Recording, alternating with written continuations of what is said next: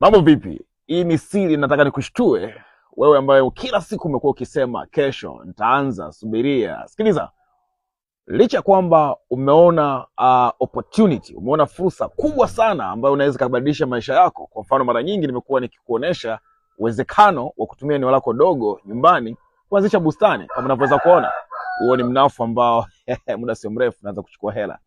Lakini pia ukiangalia hapa chini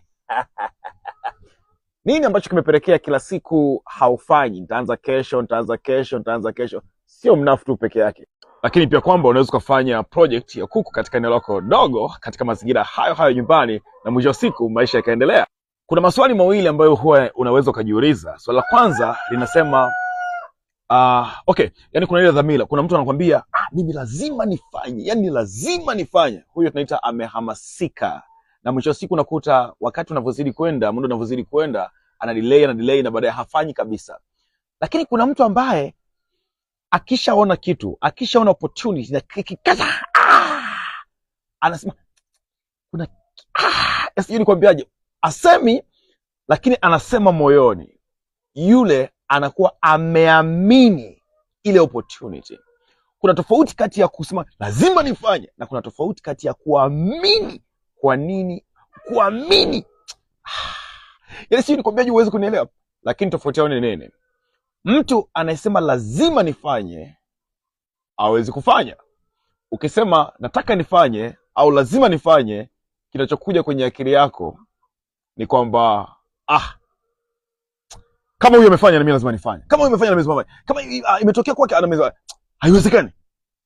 Hiyo haiwezi kuleta kuchukua hatua kama unaweza kufikiri. Siku zote washindi ni wale wanaoamini. Kuamini manake nini? Kuamini ni kujua sababu. Anaweza kuwa sio mtu wa makelele sana, lakini akajua sababu kwa nini nifanye. Mentangu mmoja aliye kuniambia kwamba siku zote ukitaka kufanikiwa, tafuta sababu ya kwa nini unataka kufanya.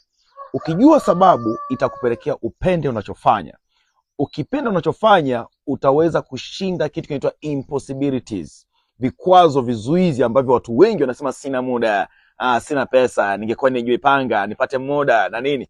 Hivyo vitu vyote huwa vinakuja pale ambapo hujatafuta sababu ya msingi kwa nini unataka kufanya. Hebu niambie, siku zote umekuwa ukiona, ukihamasika kwamba unaweza kupata project katika eneo lako dogo, inaweza kukupatia kipato au kuokoa familia yako kupata chakula salama, lakini umekuwa ukisema kesho, kesho, kesho. Comment hapa chini. Nini hasa unafikiri ni sababu ya msingi kwa nini wewe unataka kuingia katika project hii? Nitajibu maswali yako na nitakuonesha uwezekano. Ukitaka kutusaidia hatua kwa hatua, andika neno program kwa namba unayoona katika screen yako, kisha